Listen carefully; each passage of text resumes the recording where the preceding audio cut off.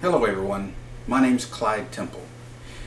Earlier this year I spoke with you about a program of action that I wanted to actually talk to you about and see what you thought about, and hope that you can get active in actually making something happen for black people in the United States of America. It's called 10 Things America Needs to Do for the Black Community. When America was founded, when America wrote its Declaration of Independence, it set itself upon a sacred set, or a so-called sacred set of principles, which is life, liberty, and the pursuit of happiness.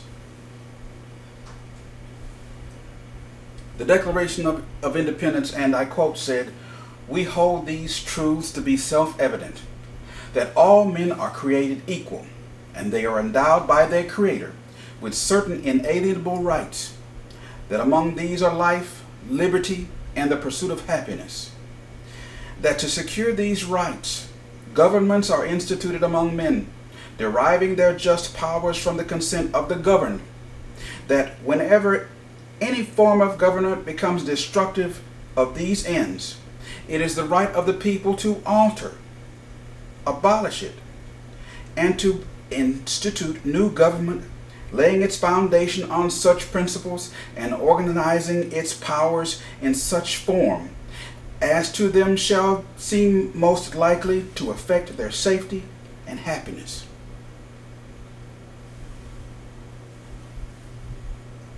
But the question, as of late, especially with the current administration, is, what does America really believe in? What does it really value? It said that it valued life, liberty, and the pursuit of happiness. And if it does, in these current times, there needs to be some major adjustments in the way with which America deals with its black population, or the descendants of slaves. If America believes in the initial iteration of its founding values, it must make fundamental changes to support these beliefs. America must move forward towards justice. Therefore, America needs to do 10 things. Thusly, we have the title, 10 Things America Needs to Do.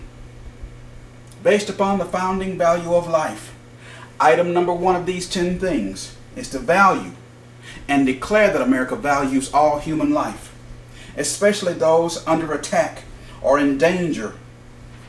Americans should perceive value in the continuation of all human life that is threatened or endangered by any force that takes away life, be it police brutality, hate crimes, or any mortal threat to human life. Item number 2, under the value of life. America must make material steps to protect human life.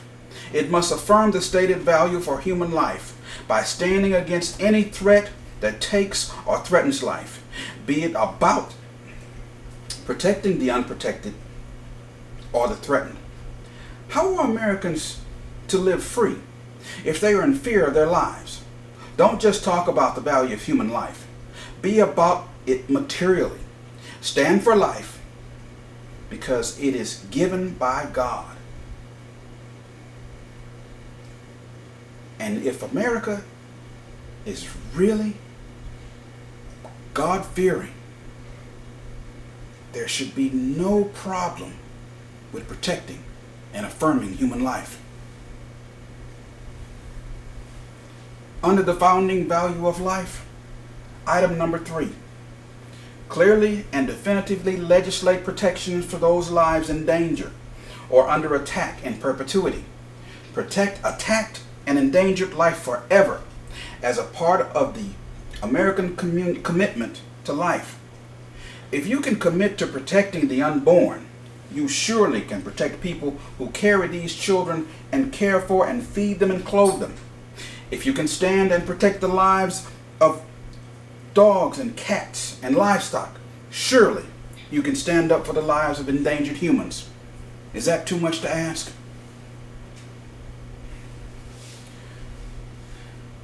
Under the founding value of liberty, item number 4, Enact comprehensive legislative initiatives that make men free. Stop mass incarceration and make the judicial system one where the accused get their day in court instead of being forced to accept being overcharged and sentenced to heinous amounts of time unless they confess to crimes that they may not have or didn't commit. Let people tell their stories to judges and justices and juries of their peers without the threat of undue penalty. Justice isn't an expense or a cost. It is an imperative. When a defendant demands their day in court, they should be heard by a fully credentialed judge and not some administrative form of jurist or master who is not the judge presiding in that court. Free the innocent immediately when an accused is convicted and found to be innocent.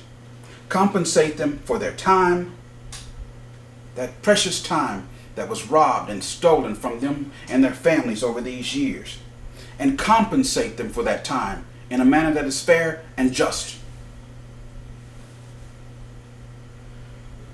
Under the value of pursuit of happiness, item number 5, we must enact comprehensive economic legislation that simplify the method through which dreams, visions, and work of African Americans to create, invent, and innovate, engage in profitable commerce, and to have affordable housing that the current economic American system puts the achievement of the African American dream, or the American dream, out of reach, without having their possessions being robbed of them by this system. This means comprehensive legislation to simplify the credit systems and strengthen consumer protections from gatekeeper institutions that keep African Americans from opening successful businesses and having access to credit lines to maintain them. Not only that, but provide assistance to structure these enterprises in a manner that is instructive to the point where a legacy can be safely passed on to descending generations. This means provide a clear path to resources that support the survival of new businesses and increase the participation and fair participation and competition in the marketplace.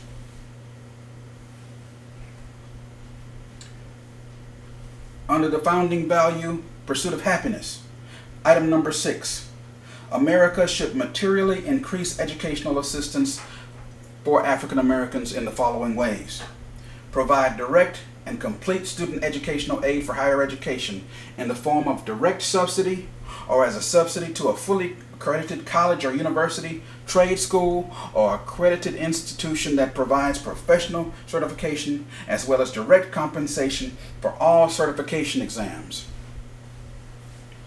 Secondly, abolish universities that are proprietary universities that are non-accredited, such as Trump University. Provide under-resourced pre-K through 12th grade public schools in predominantly African American communities with the educational and technical resources that will raise the level of response to the demand for necessary skills they will need when students perform in the public to meet future demands for an ever-changing world. Through federal statute, eliminate standardized testing in all schools in the United States and replace this with a curriculum that prepares students to solve practical problems of today as well as the future, instead of burdening administrations and faculties with teaching students to a standardized test. Address student performance lapses in STEM due to diagnosed learning disabilities such as dyslexia, and assist students in regaining their footing in the skill sets in STEM that would otherwise leave students who need qualitative redirection and tutoring to assist them in gaining command of the demands of a STEM-weighted curriculum. Provide African American students with student loan debt of 10 years or more with complete student loan forgiveness. African American veterans should have the same benefits. African American educators who teach 1 year or more should have the same benefit. African American first responders should also have their student loan debt forgiven. And African American police officers with a perfect non-complaint or disciplinary action should have their student loan debt forgiven. Any infraction will that results in public dissatisfaction or loss of public confidence will result in a loss of their student loan forgiveness. Under the value pursuit of happiness, item number 7, federal oversight of state child support programs. The current child support system is completely punitive and litigious to the point where non-custodial parents are damaged socially, economic, and sometimes politically. The current system assumes that all non-custodial parents are deadbeats and allow for them to be browbeaten by the custodial parents, and in many cases children are withheld from their non-custodial parents with impunity from the custodial parents. The current child support system is corrupt. It has been weaponized against the American family unit and is the constant cause of enmity between parents who may have had an opportunity to amiably and cooperatively co-parent a child to emancipation. The results and function of the American child support system is non-normalized and rarely solvent to the problems of families in family court jurisdictions. Fathers are too often ignored, and visitation rights are not enforced because the systems are non-responsive to fathers. To correct some of these glaring and largely ignored failures, the following should be implemented by the United States federal government. Federally mandated biparental response to all complaints and concerns of any parent, regardless of if it's the custodial parent or the non-custodial parent. Mental health treatment to any party upon request.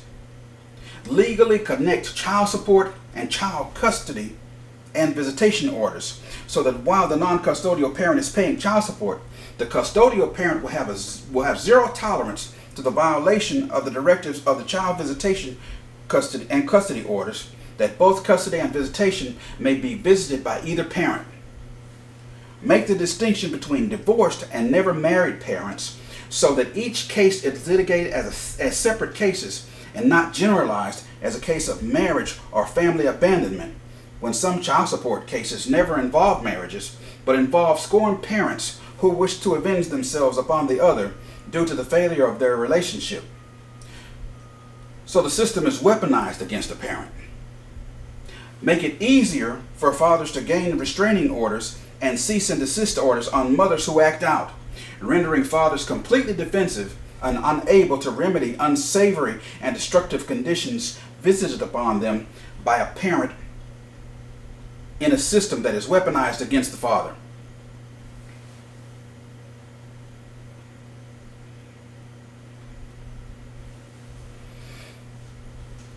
Under founding value, pursuit of happiness, item number 8.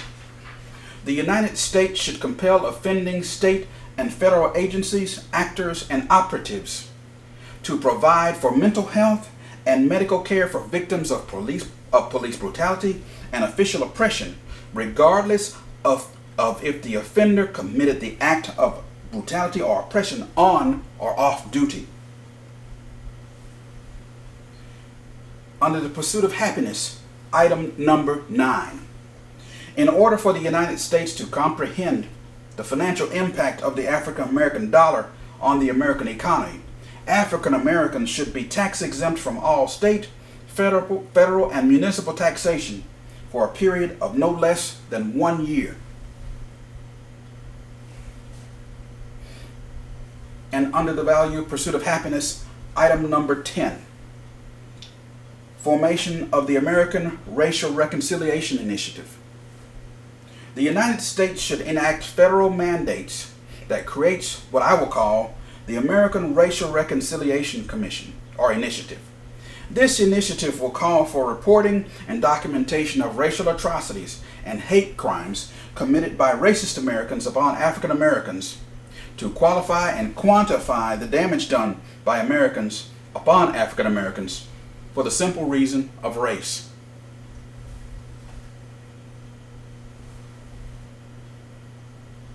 And we have a bonus item,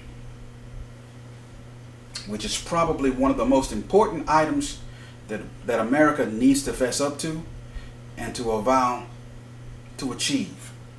And that is a pledge in good faith and officially disavow all American white supremacist groups as racist and a clear and present danger to the sovereignty and security of the United States of America. We've seen in the first presidential debate of 2020 that President Trump refused to disavow white supremacy, white supremacists, white supremacist groups such as the Proud Boys. He told them to stand back and stand by, which is a clear indication that he commands this group. America cannot afford to not disavow these groups, because America will destroy itself if it continues to embrace these groups. It's time to do what's right.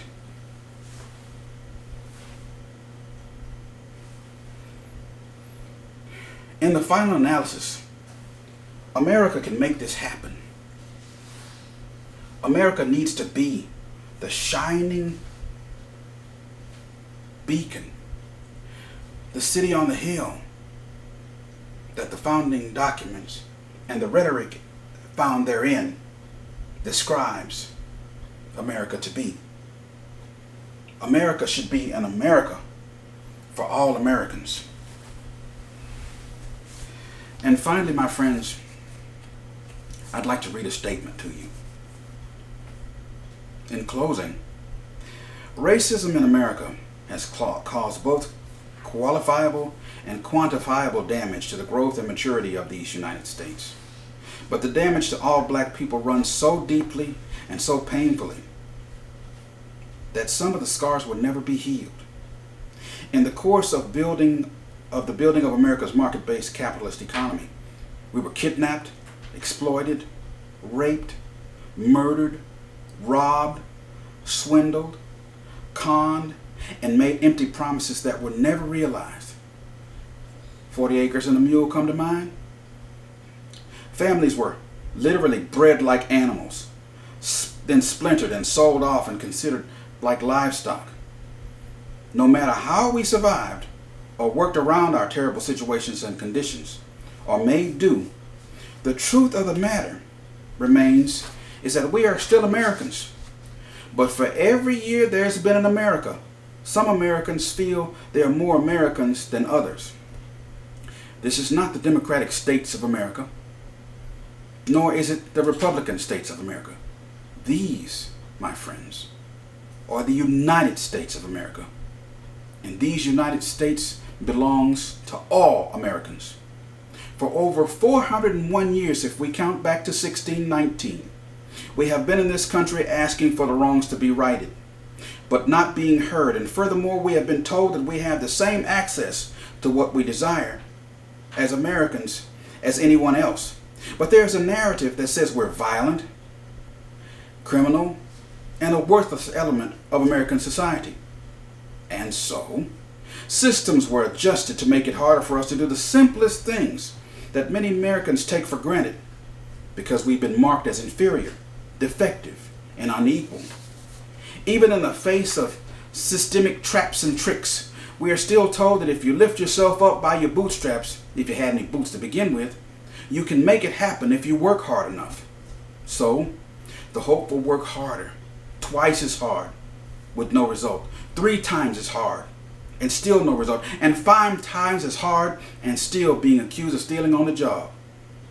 This happened to me on 3 different jobs, where I arrived first in the morning and left last at night, working to make the enterprise more efficient or to meet a deadline to assist someone else who desperately needed my services to meet their deadline.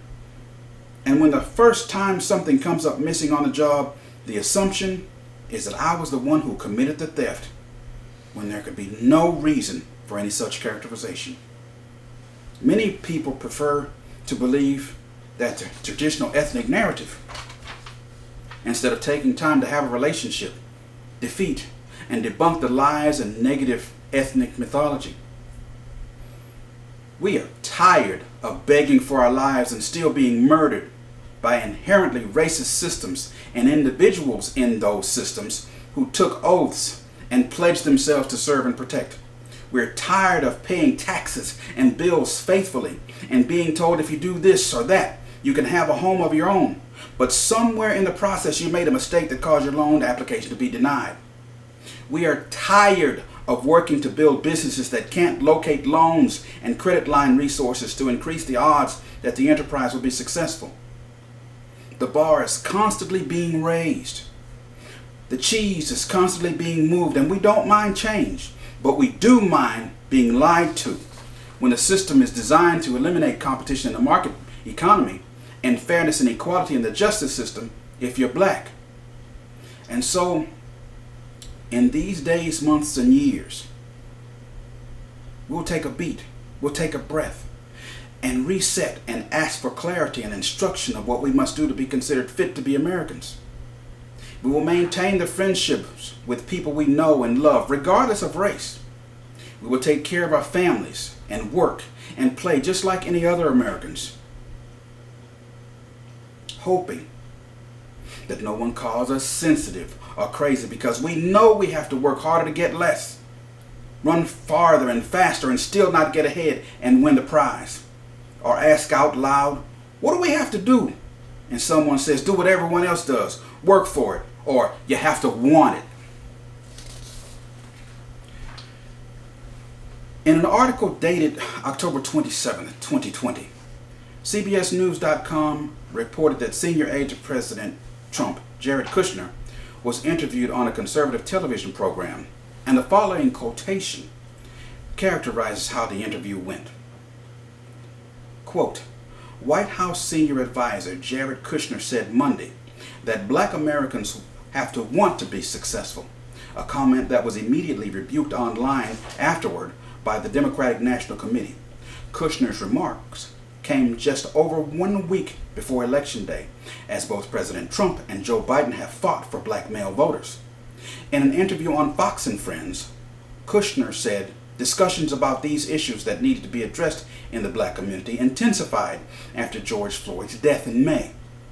He slammed people for virtue signaling on social media and criticizing the NBA and WNBA for allowing players to wear social justice related messages on their jerseys and putting Black Lives Matter on basketball courts.